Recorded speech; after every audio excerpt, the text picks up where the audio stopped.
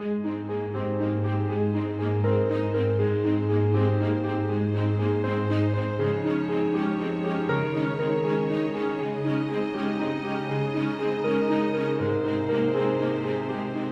my name is Wei Jie, founder of Foreword Coffee. Till today, it's been almost about 2 years in this journey, trying to engage people with special needs and disabilities through coffee making, giving them a place in this coffee industry. So there are two meanings to Foreword. So the first one is forward to a book. It's like an introduction to the person. We want to invite customers or people from the public to get to know us beyond the cover. So kind of interact with us, talk to us, get to know our people. The other meaning to Foreword Coffee is really the pun on forward, like moving forward. So we want to be innovative, to always challenge ourselves and to move forward with times. We have three main missions. So we want to serve great coffee to people. We want to empower the persons with disabilities. At the same time, we also want to be environmentally sustainable.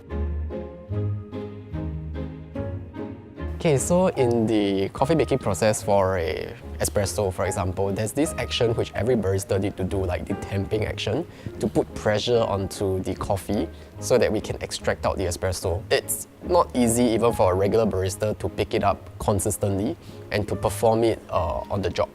However, we saw that there's equipment that could replace this manual action done by a barista. So that's when we brought the machine in. And so now anyone at the cafe can also easily make a cup of coffee while using this machine that helps us to automatically temp our coffee. We have like a placemat to show them where to put what equipment when brewing filter coffee, for example. We have a lot of, I would say, tables to show them the steps to take when, say, making a cup of coffee. Recipes are also pasted behind the counter. So they don't really need to memorize, they just need to know where to refer to and steps to take. Here at Buona Vista, we have a manager who is deaf. Her name is Lina. She has years of experience in the F&B industry, so when she came in, she actually taught us a lot on how to make things more efficient at our cafe.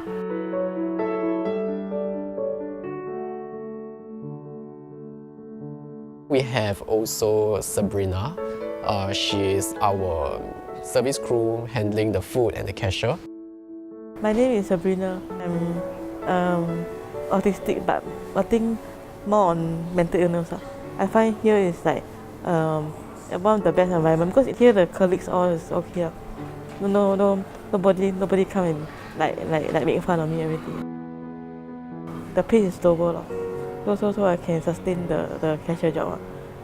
But actually, if in the outside society, I won't choose the front line.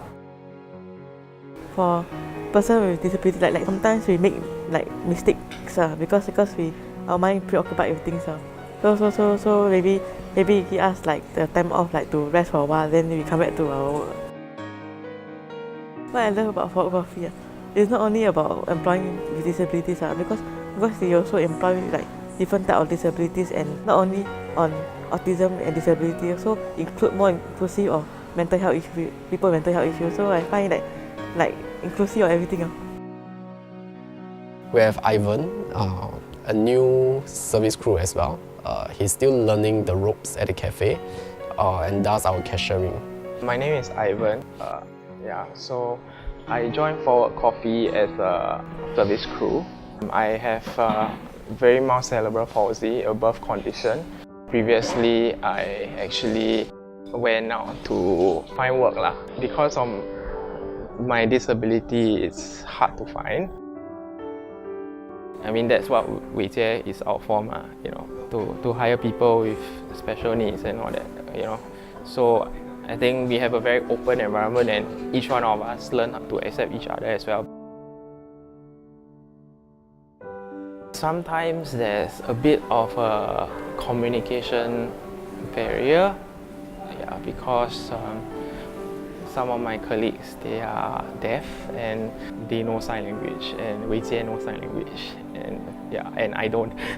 So the way that we communicate is we just write on paper, but sometimes, you know, writing on paper has its limits as well. So sometimes there can be, but I try like to read my colleagues' body language.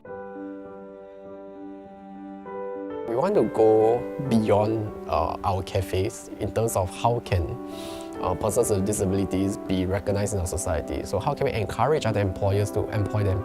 That is one of the challenges I want to overcome. If every cafe, for example, in Singapore, were to hire just one person with disability, that would mean a lot to the community. However, when we do this, we also don't just look at the financial aspect, because just by employing don't really contribute to an improvement in well-being if they are not really included into the social circle of, say, the other colleagues at the cafe.